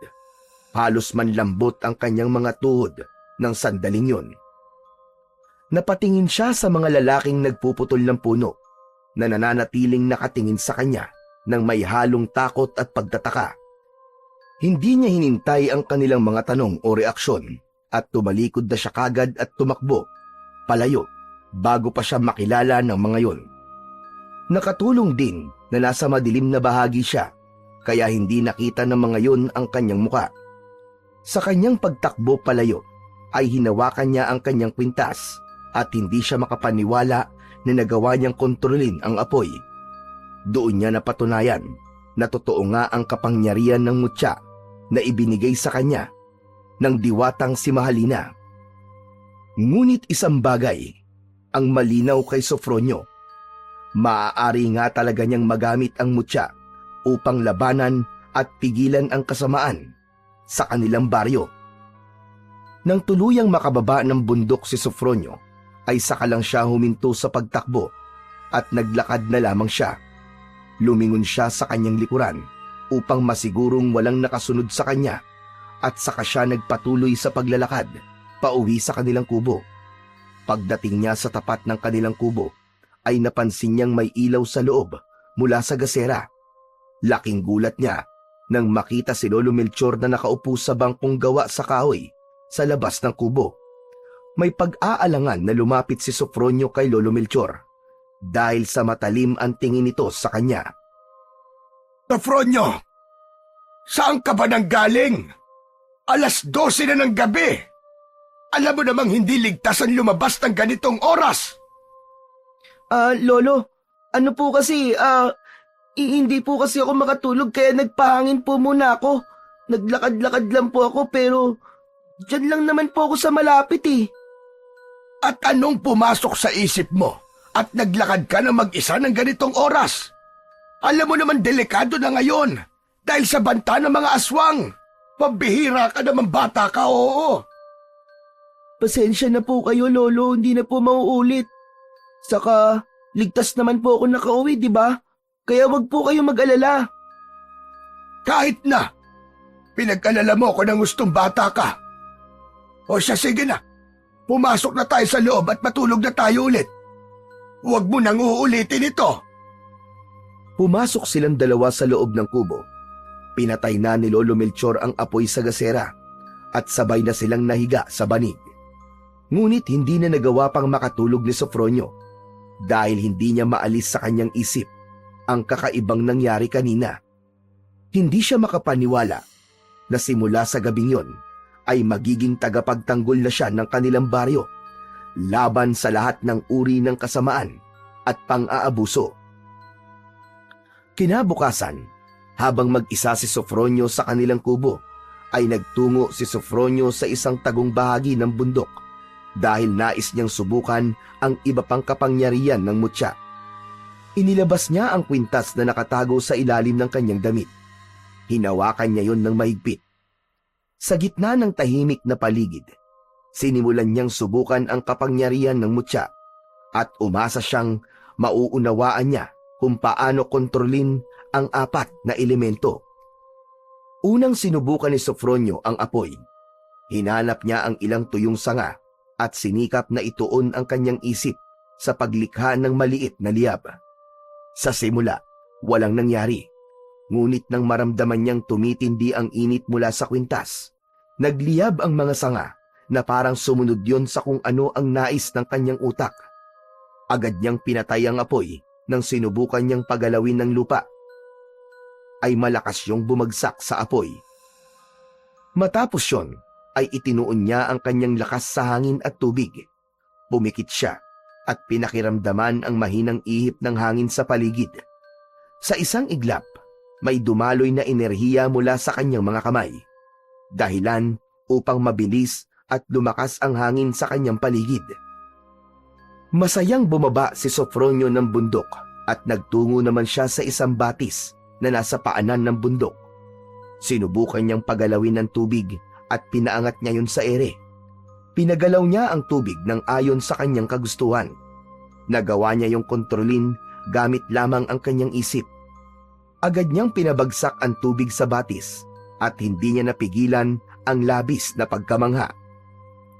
Napagtanto ni Sofronio na sadyang napakamakapangyarihan ng mutya ng diwata dahil kahit wala siyang formal na pagsasanay ay nagagamit niya ng maayos ang kapangyarihan ng mutya. Isang gabi, abala si Sofronio sa loob ng kubo nila sa pagtitiklop ng mga damit nila ng kanyang lolo. Maya-maya pa ay narinig niya ang pagtawag ni Lolo Melchor sa kanya na nasa likod ng bahay dahil magluluto na ito ng pagkain nila para sa hapunan. Inihinto niya muna ang ginagawa at nagtungo sa kanyang lolo. Bakit po, Lolo?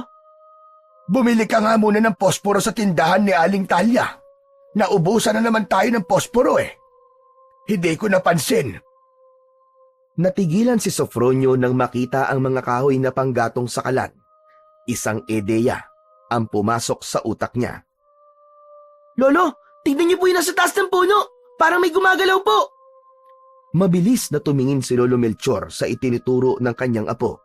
At habang nakatingin doon ang lolo niya, ay pasimple niyang ginamit ang mutya upang paapuyin ang kalan.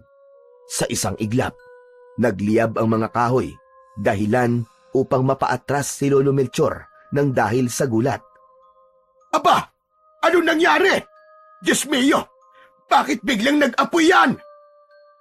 Baka naman po may naiwan pang baga kanina, Lolo. Natamaan po siguro ng hangin kaya bigla pong lumiyab. Napakamot sa likod ng ulo si Lolo Melchor. Parang imposible naman yon. Pero hindi bali na nga. Tutal may apoy na yan, ay bukas ng umaga ka nalang bumili ng posporo. Sige po, Lolo. Baka po may iba pa po kayong iuutos. Wala na. Sige na, bumalik ka na rin sa ginagawa mo. Tumango si Sofronio at mabilis na bumalik sa loob ng kubo habang hindi niya napigilan ang mapangiti dahil naisip niya na hindi lang sa pakikipaglaban niya magagamit ang kapangyarihan ng mutya, kundi maging sa pang-araw-araw nilang pangangailangan ni Lolo Melchor. Matapos magapunan ay nagpahinga lang sina Sofronio. Pagsapit ng 9:00 ng gabi ay humiga na sila ng kanyang lolo at mabilis siyang nakatulog. Ngunit sa gitna ng maimbing na pagkakatulog ay biglang nagising si Sofronio. Nagtaka siya kung bakit ang bilis ng tibok ng puso niya. Pakiramdam niya ay may hindi magandang nangyayari sa kung saan. Hanggang sa isang tinig ang biglang umalingaw-ngaw sa kanyang isipan. Isa yung sigaw mula sa lalaking humihingi ng tulong. Tahimik na tumayo si Sofronio at siniguro niyang hindi magigising ang kanyang Lolo Melchor. Lumabas siya ng kubo at maingat niyang isinarado ang pinto. Sa ilalim ng liwanag ng buwan, sinundan niya ang direksyon na sinasabi ng boses sa kanyang utak. Palakas ng palakas ang tibok ng kanyang puso sa kanyang bawat pagakbang. Napansin niya na ang direksyon na pinupuntahan niya ay sa palayan kung saan nagtatrabaho ang kanyang lolo. Habang papalapit siya roon, ay mas lalong lumakas ang sigaw ng lalaking humihingi ng tulong, kaya mas lalo rin niyang binilisan ang kanyang paglalakad hanggang sa tumakbo na siya. Nang makarating si Sofronio sa taniman ng palay, ay natanaw niya ang isang lalaki na tumatakbo at hinahabol ng 2 aswang.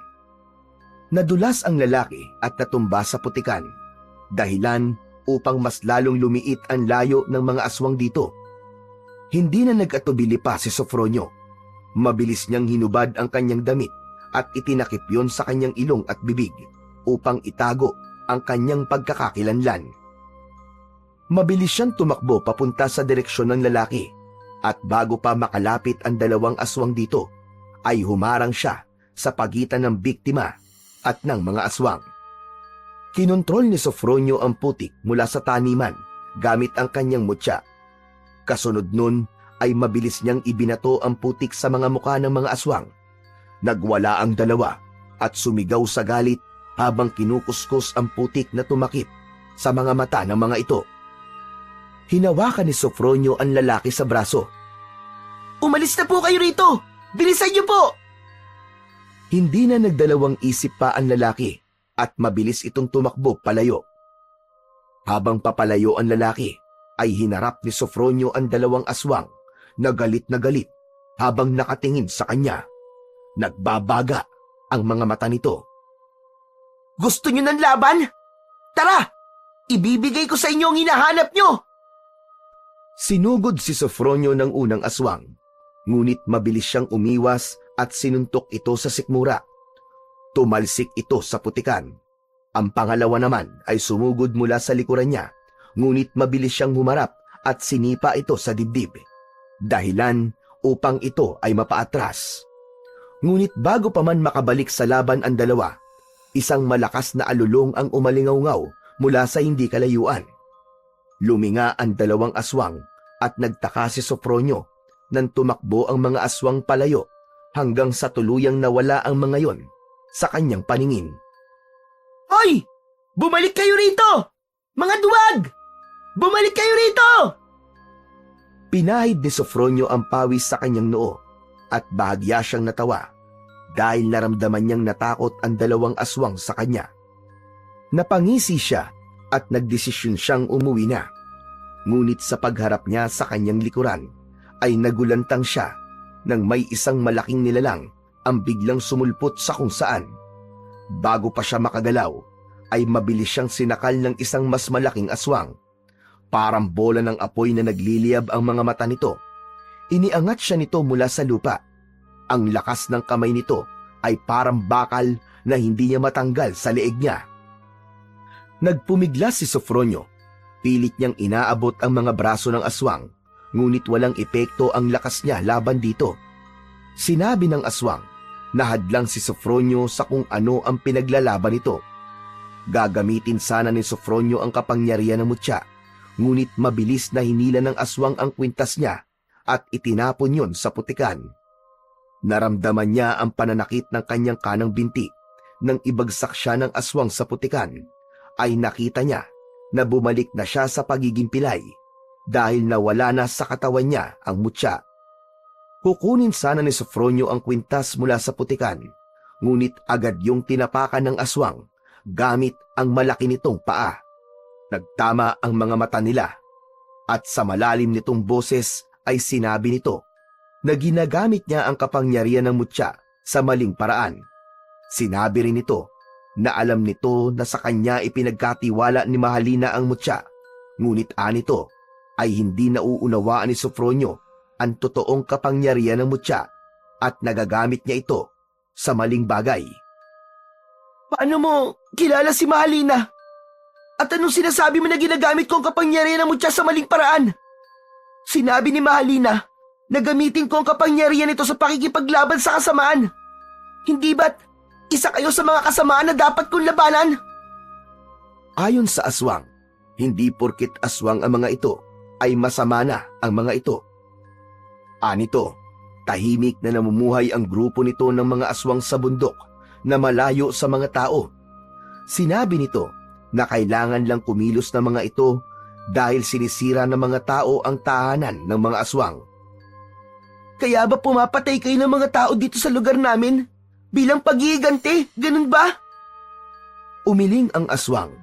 Ipinaalam nito kay Sofronio na kahit kailan ay hindi pumatay ng tao ang mga aswang na nakatira sa bundok. Inamin nito na sila ang pumatay sa mga alagang hayop, pero ang mga pinatay na tao sa lugar ni Sofronio ay hindi kagagawan ng mga ito. Sinabi rin ng aswang na nais lang takutin ng mga aswang sa bundok ang mga tao, pero walang intensyon ang mga ito na pumatay. Sa tingin mo ba, maniniwala ako sa mga sinabi mo? Alam kong ginugulo mo lang ang isip ko. Sinabi ng aswang kay Sofronio na kailangan niyang imulat ang kanyang mga mata upang makita niya kung sino talaga ang totoong kalaban nila. Anito, parehas lang sila na nais protektahan ng bundok mula sa mga mapang-abusong tao. Matapos yun ay tumalikod na ang aswang at mabilis itong tumakbo palayo hanggang sa naglaho na yon sa dilim. Naiwang nakatulala si Sofronio at hindi makapaniwala sa mga narinig. Nang wala na ang aswang, kinalma niya ang sarili at kinuha niya mula sa putikan ang kwintas. Inayos niya ang naputol na tali at muling isinabit yun sa kanyang leeg. Naramdaman niyang unti-unting bumalik sa normal ang kanang binti niya. Habang nililinis ang putik sa kanyang kwintas, paulit-ulit niyang inisip ang sinabi ng aswang. Naguluhan siya at napatanong siya sa sarili. Kung totoo nga ba ang sinabi nito? At sino kaya ang sinasabi nitong totoong kalaban nila? Sa mga sumunod na araw, madalas na nakatulala lang si Sofronio habang nakaupo sa harap ng kubo. Pilit siyang naghahanap ng sagot sa mga tanong na gumugulo sa kanyang isipan. Napansin na ng lolo niya ang palagi niyang pananahimik. Kaya isang umaga ay hindi na ito nakatiis na kausapin ang kanyang apo. Apo, ano bang iniisip mo dyan? At para kang palaging wala sa iyong sarili. Wala po, Lolo. Napapagod lang po ako siguro sa mga nangyayari po dito sa lugar natin. Sofronio, iho. Kilala kita. Hindi mo ako maloloko. Kung may bumabagabag sa'yo, sabihin mo sa akin na po. Wala po talaga, Lolo. Huwag po kayong mag-alala. Ayos lang po ako. Tumango si Lolo Melchor, ngunit halata sa mukha nito na hindi kumbinsido. Naglakad na ito pabalik sa loob ng kubo. Samantala, si Sofronio ay nananatiling nakaupo. Tumitig siya sa kalangitan na para bang hinahanap niya ang sagot sa mga ulap. Sa kanyang isip, paulit-ulit na umaalingaw-ngaw ang sinabi ng aswang na dapat niyang imulat ang mga mata niya upang makita niya kung sino ang totoo nilang kalaban.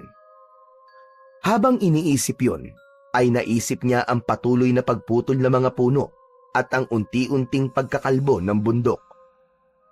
Yung aswang, sinabi niyang hindi sila pumapatay ng mga tao. Pero ang mga tao, na tulad ni na Hector, sila ang sumisira sa bundok. Sila ang dahilan kung bakit nawawala ng tirahan ng mga aswang. Tama, baka sila nga ang tunay na kalaban. Napasandal si Sofronio. Bumigat ang dibdib niya. Sa realisasyon na yon, unti-unti nang naging malinaw ang lahat sa kanya. Sa gitna ng kanyang pagmuni-muni, napagtanto ni Sofronio na masyado niyang ibinuhos ang atensyon sa mga aswang, na para bang ang mga ito ang ugat ng lahat ng kasamaan. Ngunit habang inaalala niya ang mga sinabi ng aswang at ang patuloy na pagkasira ng bundok, unti-unti niyang naunawaan na ang tunay na kalaban ay hindi ang mga nilalang na kanyang nilalabanan, kundi ang mga tao na tulad ni na Hector, na mga gahaman at walang pakundangang sinisira ang kalikasan para sa sariling kapakinabangan.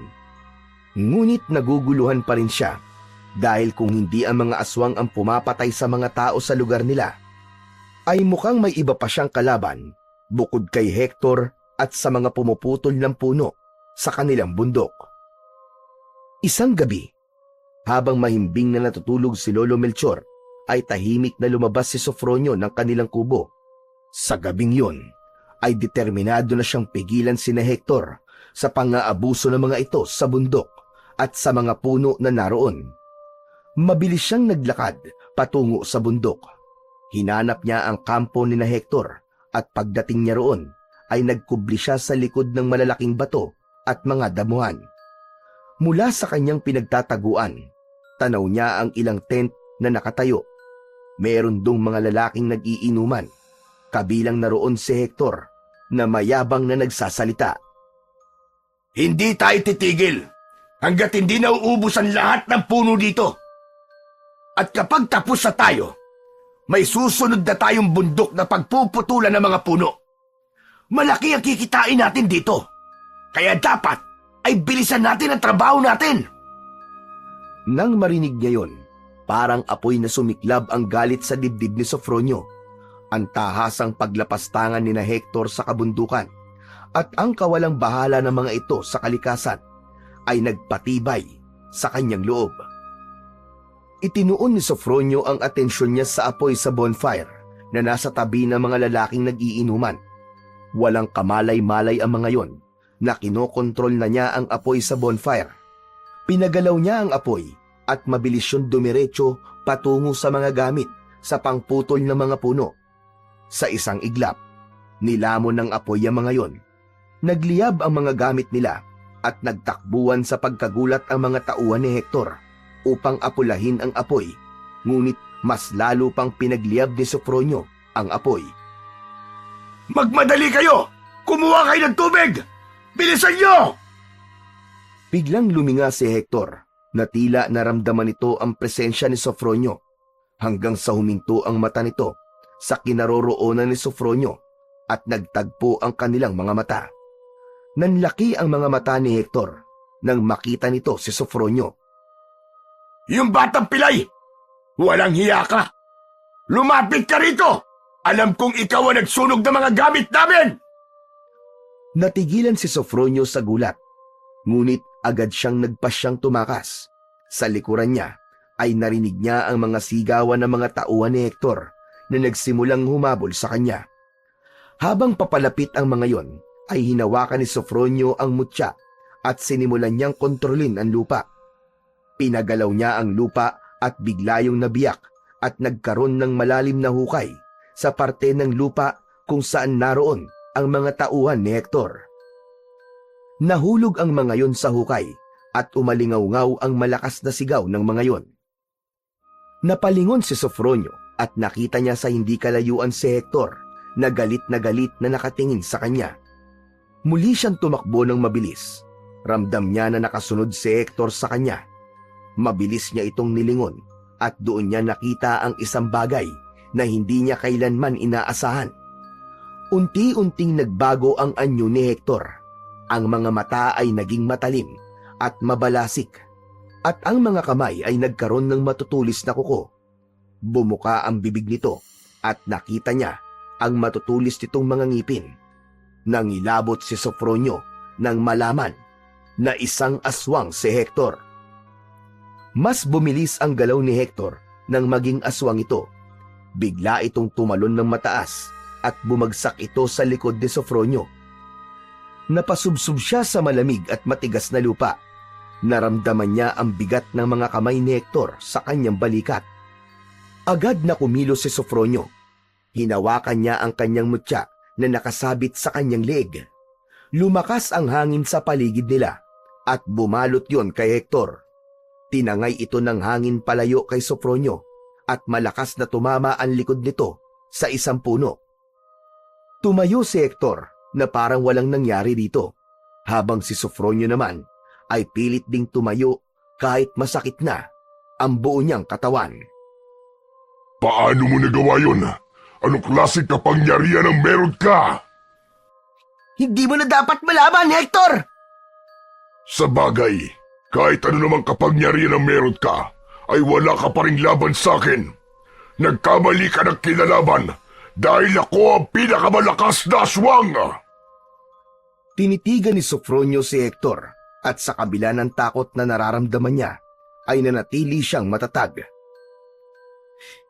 Sabihin mo! Ikaw ba? Ikaw ba ang pumatay sa mga tao sa lugar namin? Oo, ako nga. May mga gabi na ang pagkauhaw ko sa dugo ng tao ay hindi ko napipigilan. Hindi lang pala ang bundok ang sinisira mo, kundi ang buhay naming lahat. Hindi nga pala mga aswang sa bundok ang totoong kalaban, kundi ikaw pala, Hector! Ikaw ang dahilan kung bakit marami ang taong nawawalan ng mahal sa buhay. Hinawakan ni Sofronio ang mutya at itinuon niya ang kanyang kapangyarihan sa pagpapagalaw sa lupa. Umuga ang lupa at nagkaroon ng bitak sa mismong kinatatayuan ni Hector. Ngunit bago pa bumuka ang lupa sa kinatatayuan nito, ay mabilis itong tumalon at bumagsak ito sa harapan ni Sofronio. Nanlaki ang mga mata ni Sofronio nang makita niya ang nakakatakot na itsura ni Hector nang malapitan. Mukhang alam ko na kung saan nanggagaling ang kapangyarihan mo. Ang kwintas na suot mo, diyan nanggagaling ang kapangyarihan mo. Kailangan mapasa akin yan upang mas lalo akong lumakas. At sa tingin mo ba, ay hahayaan ko mapunta to sa kagaya mong sakim? Hindi kailanman, Hector! Hindi maapa sa'yo to! Hablutin sana ni Hector ang mutya, ngunit mabilis at malakas itong sinuntok ni Sofronio sa dibdib. Sa lakas ng suntok ni Sofronio, ay tumilapon si Hector ng ilang talampakan. Humandusay ito sa lupa, ngunit agad ding tumayo habang hawak ang kanyang dibdib. Matalim ang mga matang tinignan ni Sofronio si Hector.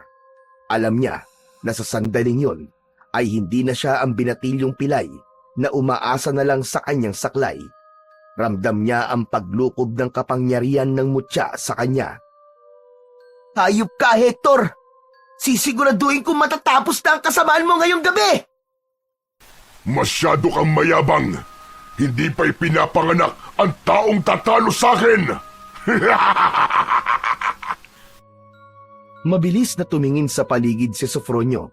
Napansin niya na kumikislap ang mga dahon sa sinag ng buwan. Nakita niya na maraming hamog ang nasa mga dahon. Sinimulan niyang kontrolin ang lahat ng mga hamog. Gamit ang malamig na hangin, ay pinatigas niya ang mga yon, kaya nagyelo at inihugis niya ang mga hamog na gaya ng sa tinik. Agad niyang pinasugod ang matutulis na hamog kay Hector at bumaon yun sa iba't ibang parte ng katawan ng aswang. Malakas na napasigaw si Hector sa labis na sakit, ngunit mas lalo pa itong nagalit dahil sa ginawa ni Sofronio.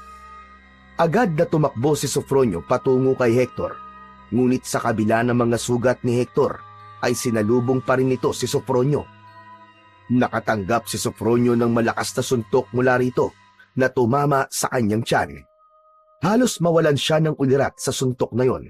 Agad siyang lumayo kay Hector upang hindi na masundan pa ang pag-ataking ginawa nito. Nagpatuloy sa pakikipaglaban si Sofronio kay Hector. Lahat ng paraan para magamit niya ang rurok ng kapangyarihan ng mutya ay ginawa niya upang matalo si Hector.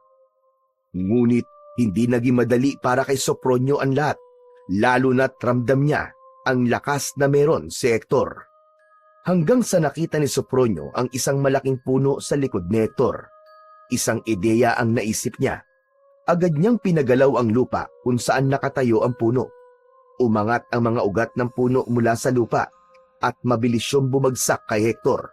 Huli na para makatakbo si Hector dahil mabilis na bumagsak ang puno sa katawan nito. Malakas na napasigaw si Hector. Nagpumilit pa itong makawala pero masyadong mabigat ang puno na nakadagan sa bandang tiyan nito. Humakbang si Sofronio palapit kay Hector at matiin niya tong tinignan.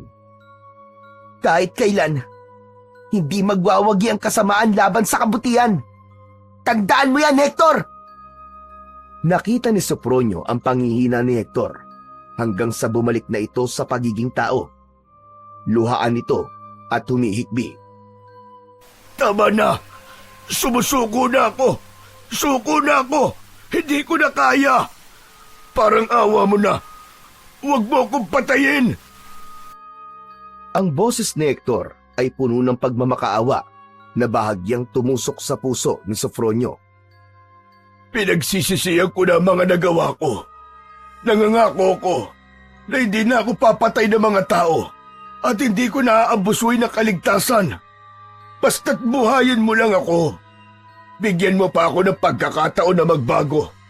Parang awa mo na. Nagmamakaawa ako sa iyo. Naramdaman ni Sofronio ang sinseridad sa mga salitang yun ni Hector. May habag siyang naramdaman para dito. Tinitigan niya ang mga mata ni Hector at nang makita niya ang labis na pagsisisi doon, ay nagdesisyon siyang bigyan pa ito ng isang pagkakataon. Gamit ang lakas ng kanyang kapangyarihan, ay mabilis na inalis ni Sofronio ang nakadagan na puno kay Hector. Salamat! Salamat! Maraming salamat! Siguraduhin mo lang na magbabago ka na, Hector. Dahil kung hindi, sa susunod ay hindi na ako magdadalawang isip na patayin ka. Yumukod si Sofronio para tulungan si Hector na makatayo. Ngunit nang makalapit siya rito, ay biglang hinablot ni Hector ang kwintas ni Sofronio. Sa bilis ng pangyayari, ay wala nang nagawa si Sofronio ang alisin ni Hector ang kanyang kwintas. Isinubo nito ang mutya at nilunok yon. Agad na bumalik sa pagiging aswang si Hector. Mabilis itong tumayo na parang walang nangyari dito. Mahigpit na hinawakan ni Hector ang braso ni Sofronio at inihagis siya nito. Nagpagulong-gulong siya sa lupa. Sinubukan niyang tumayo, ngunit agad din siyang natumba nang mapagtanto niyang bumalik na siya sa pagiging pilay. Wala kang isang salita, Hector! Nilinlang mo ako! Demonyo ka talaga! Sa tingin mo ba, talagang magbabago pa ako? Ngayon na nasa akin na ang kwintas mo, ay mas lalo pa akong lalakas. Nararamdaman ko na ngayon ang kakaibang lakas sa katawan ko.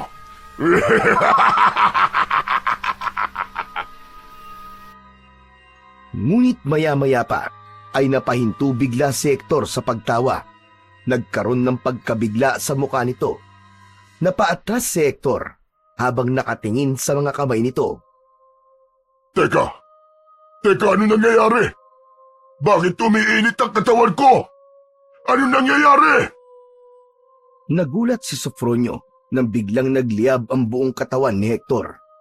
Mabilis na nilamon ng apoy ang buong katawan nito habang sumisigaw ito sa labis na sakit. Lumakas ang hangin na naging dahilan upang mas lalong maglagablab ang apoy na lumamon kay Hector. Sa tindi ng nagangalit na apoy, halos maging abo na si Hector makalipas lang ang ilang minuto. Bumagsak ito sa lupa nang wala ng buhay. Sa pagkakataon na yon, ay lumitaw si Mahalina sa tabi ng katawan ni Hector. Kinuha nito ang mutya mula sa abo ni Hector at nagsimula itong maglakad patungo kay Sopronio. Nang makalapit si Mahalina sa kanya, ay inabot nito ang mutya na meron na ulit tali. Walang pagdadalawang isip na kinuha yun ni Sopronio at isinabit sa kanyang leeg. Nang mawala na ang pagkapilay niya, ay tumayo siya upang magtanong kay Mahalina. Mahal na diwatang Mahalina, bakit nasunog si Hector nang lunukin niya ang mutya? Akala ko magiging malakas siya gaya ko kapag nasa kanya ang mutya, Mahalina. Dahil ang mutya ay hindi maaaring gamitin sa kasamaan kailanman. Alam ng mutya kung sino may hawak dito at kung anong uri ng puso ang may hawak sa kanya. Ang hindi tamang paggamit dito ay siyang magiging sanhi ng sarili nitong pagkawasak. Kaya na sinubukan ni Hector na gamitin ito para sa kasamaan, siya mismo ang tinapos ng kapangyarihan ng mutya. Ngayon naiintindihan ko na, mahal na diwatang Mahalina. Akala ko talaga ay katapusan ko na kanina. Pero nagtagumpay ka, Sofronio. Salamat dahil nakita mo kung sino ang totoo mong kalaban. Ngunit sana, kahit tapos na ang laban mo sa pagprotekta sa bundok, huwag mong itigil ang pakikipaglaban sa kasamaan. Patuloy mong protektahan ang mga nararapat na ipaglaban, ang kalikasan at ang mga walang kalaban-laban. Pinapangako ko po, mahal na diwatang Mahalina. Hindi ko pa hihintulutan na magtagumpay ang kasamaan dito sa lugar namin. Patutunayan ko po sa inyo na hindi ka nagkamali na ipinagkatiwala mo sa akin ang mutya. Alam kong hindi ako nagkamali na ipinagkatiwala ko sa iyo ang aking mutya. Panghahawakan ko ang iyong ipinangako, Sopronio. Sa ngayon, magpapaalam na ako.